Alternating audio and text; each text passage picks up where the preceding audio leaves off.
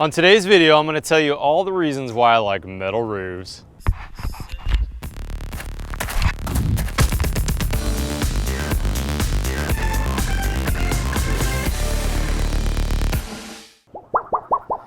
Metal roofs, you know, I'm a huge fan of metal for a roof.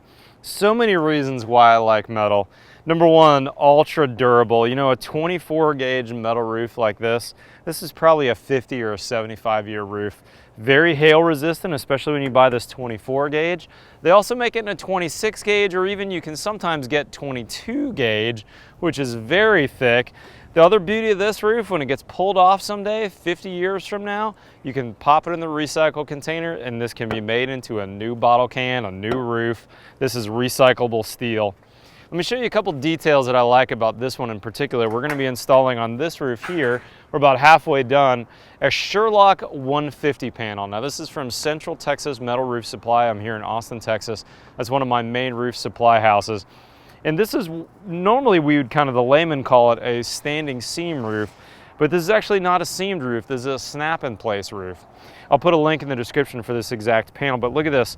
This rib right here, which is about 1.5 inches tall, is gonna snap onto the other side that has a clip. So look at this right here.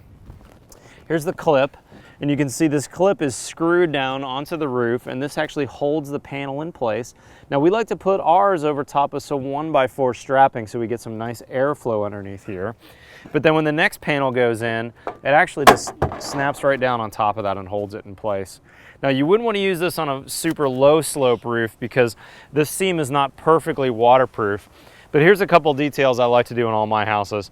Look at this underlayment right here. This is a Carlisle WIP 300 HT. That's basically an ice and water shield. The HT stands for high temperature because in Texas we get some really high heat. So this can withstand some really high temperatures. And then when we do this 1x4, you'll notice down at the bottom of the roof here, we've got a Coravent. This is basically a corrugated plastic piece that allows airflow up here. And then when we put these battens down, we put them on a 45-degree angle and we skip them, we skip sheath it. So now they've got an air gap in there, so now air can flow underneath the starter strip here, can run all the way underneath there. A metal roof will have some times of the year when it's got condensation. It's also gonna leak a little bit. A metal roof is not typically perfectly waterproof. It's going to keep the UV rays off your house.